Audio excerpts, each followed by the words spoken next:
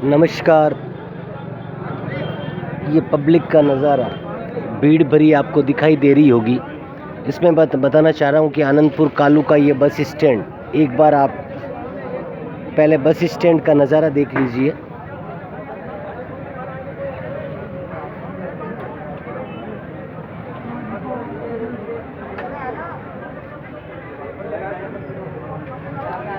ये जितनी भी इस वीडियो में आपको दुकानें दिख रही है, हालांकि आज प्रशासन द्वारा अतिक्रमण हटाया जा रहा है, जिसके अंतर्गत तमाम दुकानें बस स्टैंड की बंद है।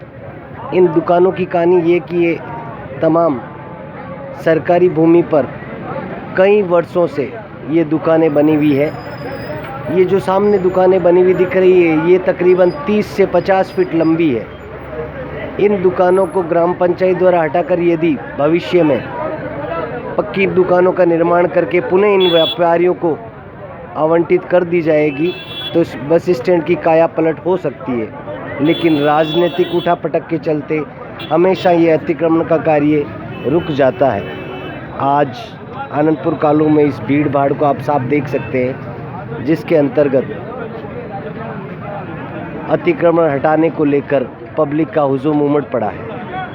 इस बस स्टैंड की हालत ये है कि बहुत कम जगह होने के चलते व्हीकल को मुड़ने और खड़ा करने में भी दिक्कत होती है, लेकिन काफ़ी लंबी तादाद में इन दुकानों का निर्माण और तो और कुछ कहानी ये बयां करती है कि इन दुकानों पर कब्जा किसी और का है और आगे से आगे दुकानें किराए पर देकर न जाने कितने लोग अपनी जेबें भरते हैं। लेकिन सरकारी और ग्राम पंचायत की नीति के अंतर्गत इन बातों को गौर से देखा जाए तो शायद ये ग्राम पंचायत के लिए भी फ़ायदेमंद है, क्योंकि यदि ग्राम पंचायत तमाम पक्की दुकानों का निर्माण करके यदि इन्हीं व्यापारियों को एक एक दुकान आवंटित कर दी जाए तो ग्राम पंचायत के साथ साथ व्यापारियों को भी हमेशा की इस परेशानी से निजात मिल सकती है। जेतरण तहसील का आनंदपुर कालू का ये कस्बा, जो हमेशा राजनीतिक अनदेखी का शिकार भी होता है, विकासों से कोसों दूर,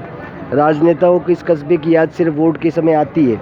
इसके अलावा कभी कुछ सुगमता से और ईमानदारी पूर्वक कार्य नहीं होता। जनता विरोध भी कर रही है। विरोध वो लोग कर रहे हैं जिनकी ये दुकानें कई वर्षों से कब्जे में हैं। ये सरकारी भूमि है, आज नहीं तो कल इन दुकानों से इनका कब्जा हटना तय है। लेकिन क्या इस बस स्टैंड के अलावा भी आनंदपुर कालू में कई जगह अतिक्रमण है, क्या वो भी हटेगा या फिर केवल इन बस स्टैंड पर स्थित दुकानदारों के लिए ही ये कार्रवाई हो रही है? देखते रहिए आप। पब्लिक का विरोध भी जायज़ है। व्यापारियों का कहना है यदि इनको हटा दिया जाएगा तो इस जगह से कहाँ से व्यापार करेंगे, इनके रोजी रोटी का संकट, कोरोना काल के बाद ये अतिक्रमण की मार। इससे पहले कई स्थानीय नेताओं के चक्कर में भी ये व्यापारी आए थे। किसी ने कहा अतिक्रमण नहीं हटेगा, किसी ने कहा आपकी दुकानें यथावत रहेगी। ऐसे कई लुभावने वादों के चक्कर में ये सीधे साधे व्यापारी आए भी थे। लेकिन आज प्रशासन की मौजूदगी में इस अतिक्रमण हटाने की कार्रवाई को लेकर प्रशासन भी इकट्ठा है, जनता भी इकट्ठी है, लेकिन अभी तक कोई ठोस कार्रवाई होती नज़र नहीं आ रही है। क्योंकि किस दुकान पर बुलडोज़र चलेगा ये अभी तय होना बाकी है।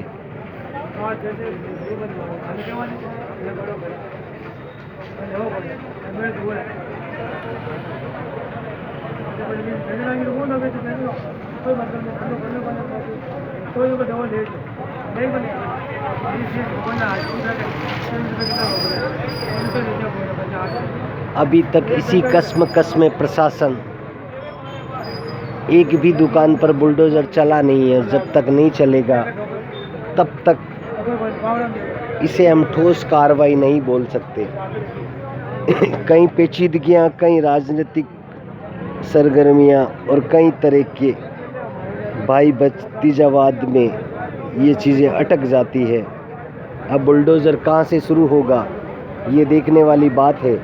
लेकिन आनंदपुर कालू के भविष्य के लिए बहुत अच्छी बात होगी यदि ये अतिक्रमण हटता है तो।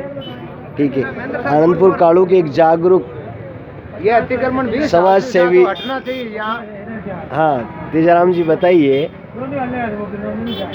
ये कई वर्षों से होता है कि अतिक्रमण हटेगा फिर रुक जाता है, बताओ आप क्या कहना चाहेंगे? राजनीतिक क्षेत्र से रुकता है। अच्छा, कभी कोई गुट आ जाता है, कभी कोई गुट आ जाता है। अच्छा, सामने देखो आप, बताओ, बोलो बोलो, आगे बोलो।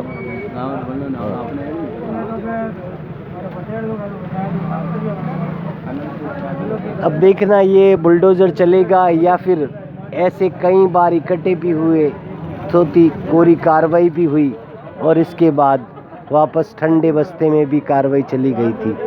क्या व्यापारियों के साथ कोई न्याय होगा या फिर अतिक्रमणों के नाम पर? इतना ही नहीं, सामने जो दुकानें दिख रही है आपको, ऐसी कई तमाम दुकानें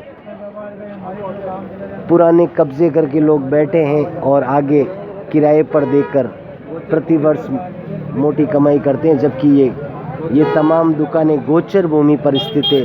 सरकारी नियम के अंतर्गत ये बताया जाता है कि गोचर भूमि पर ना कोई कब्जा हो सकता है और ना और कुछ, लेकिन क्या आनंदपुर कालू की इस दुकानों पर बुलडोज़र चल पाएगा?